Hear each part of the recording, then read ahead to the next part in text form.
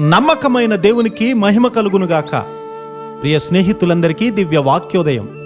ఈనాటి పాఠ్యభాగము నెహెమ్యా 4:18. మరియు కట్టువారిలో ఒక్కొక్కడు తన కత్తిని నడుముకు బిగించుకొని గోడ కట్టుచూ వచ్చెను. పాక ఊదువాడు నా యొద్ద నిలిచెను. మన హృదయాలను పరిశుద్ధంగా కాపాడుకోవాలి. నమ్మకస్తులముగా ఉంటామని కొంతమంది వాగ్దానం చేస్తారు. నీ హృదయంలో పాపం ఉంటే నీవు నమ్మకస్తుడిగా ఉండలేవు. భార్యను ప్రేమించలేవు. నీవు దుర్మార్గత స్వాధీనంలో ఉన్నావు. కాబట్టి తప్పనిసరిగా కత్తిని పట్టి దుర్మార్గతను జయించాలి. సుసన్నా వెస్లీ అనేటువంటి స్త్రీ తన కుటుంబాన్ని దేవుని కొరకు కట్టింది. నిష్ట కలిగి ఉండడంలో స్త్రీలు పురుషులను అధిగమిస్తారు.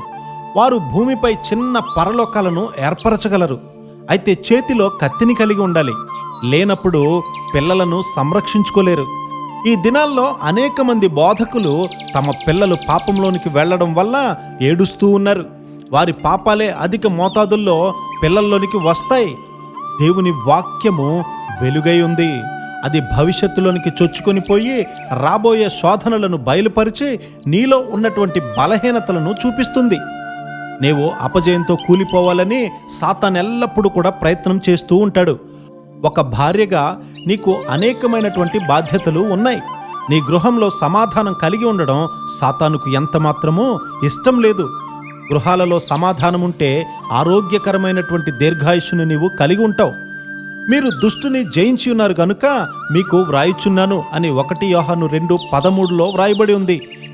నేత్రాశ, శరీరాశ మనలను తాకలేవు. దేవుడు నీకు తోడుగా లేకపోతే రాత్రంతా విశ్రాంతి ఉండదు. నిద్రపోవడానికి ముందు ఆఖరి గంటను మా పిల్లల కొరకు పనిచేసి వ్యర్థపరచడానికి దేవుడు ఎప్పుడూ కూడా అనుమతించలేదు. మేము చివరి గంటను దేవునికి ఇచ్చాం. దేవుని వాక్య ఖడ్గాన్ని మా పిల్లల మీద, మా బంధువుల మీద ఉపయోగించాం. నీవు దాన్ని వాడలేదంటే నీవు వారిని ప్రేమించట్లేదన్నమాట. నీవు ఈ ఆత్మ ఖడ్గాన్ని వాడకపోతే నీ బంధువులు వచ్చి నీవు కట్టిన దాన్ని పడగొడతారు. దేవుడు నీతో లేకపోతే నీ ప్రయాసంతా కూడా వ్యర్థమే. నీవు నీ భార్యను ప్రేమించలేవు. మానవులముగా మనము ఎంతో సున్నితత్వాన్ని కలిగి ఉంటాము. హృదయం యొక్క కొన్ని ఉద్రేకాలు రక్త ప్రసరణముపై పనిచేస్తాయి.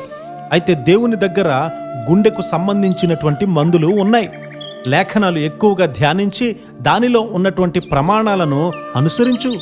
శరీరాత్మకు కలిగినటువంటి కల్మషము నుండి నీ హృదయము కడిగి వేసుకొని శుద్ధి చేసుకో. లేకపోతే పాపం యొక్క పర్యవసానము నీ జీవితంలోకి ప్రవేశిస్తుంది. అయితే వాక్యాన్ని అనుసరించి నడిచినప్పుడు ఆత్మీయ ఖడ్గము నీ కుటుంబాన్ని కాపాడుతుంది. ఆత్మీయ ఖడ్గము కలిగినటువంటి కుటుంబముగా మన కుటుంబాలు ఉండునుగాక. ఆమేన్.